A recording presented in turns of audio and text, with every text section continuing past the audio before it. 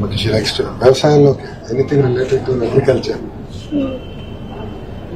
ఇక్కడ యూనివర్సిటీ ఉంది కాబట్టి ఎక్కువ ఇంట్రెస్ట్. ఏంటమ్మా వ్యవసాయంలో ఏ పనులు చేయాలని? సార్ న్యాచురల్ గా పంట పండించి ప్రజలకు అందించాలనేది నా లైఫ్ అంబిషన్. అచ్చా, ఎందుకు నీకు ఆలోచన వచ్చింది? అంటే ఇప్పుడు ఎక్కువ ఫెర్టిలైజర్స్ తో పండిస్తున్నారు కదా సార్, దాని వల్ల మనుషులకి హార్మ్ అవుతుంది. అది నాకు చిన్నప్పటి నుంచి అనిపించేది.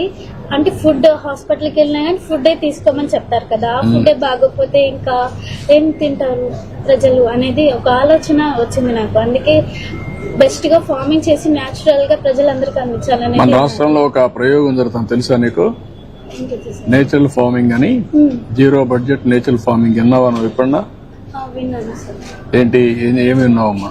అంటే నార్మల్ గా పేరు విన్నాను కానీ దాని గురించి నాకు ఇంకా తెలీదు, తెలుసుకోవాలని ట్రై చేస్తున్నాను. అదే నీకు ఆ సబ్జెక్ట్ లో ఉన్నావు కాబట్టి ఇక్కడ ఏంటంటే ఎరువులు వేయకుండా, క్రిమి సంహారక మందులు కొట్టకుండా అన్ని కూడా నేచర్ గా పండించి ఆ పంట తీస్తున్నారు.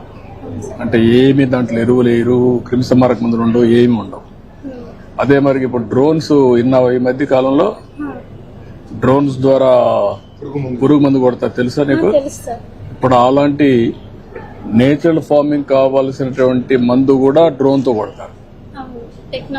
టెక్నాలజీ పెరిగింది కాబట్టి టెక్నాలజీ ఉపయోగించుకొని ఈ పని కూడా చేస్తారు అనమాట. That's good sir. ఇక్కడ ఇంట్రెస్టెన్స్ ఎక్కడ సపోర్ట్ ఎక్కడ కావాలి, goals and objectives, short term long term goals.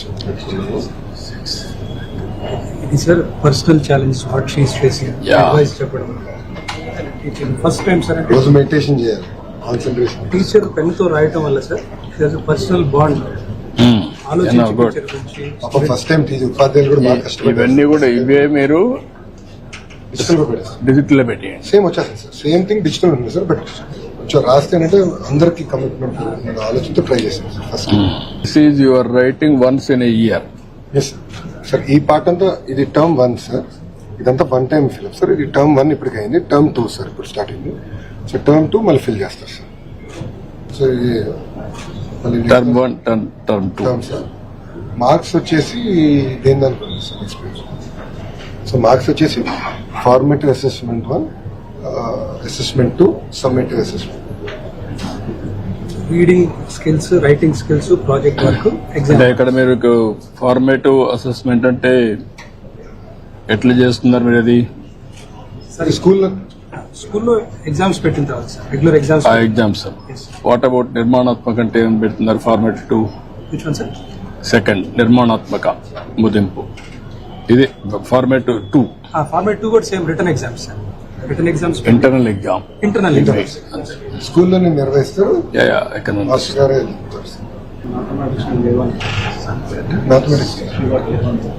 Mathematics జీవనంలో బాగా ఇంప్రూవ్ సార్. టైఫాయిడ్ వచ్చి ఇంప్రూవ్మెంట్ తగ్గింది. ఇక్కడే సార్ తూకాలు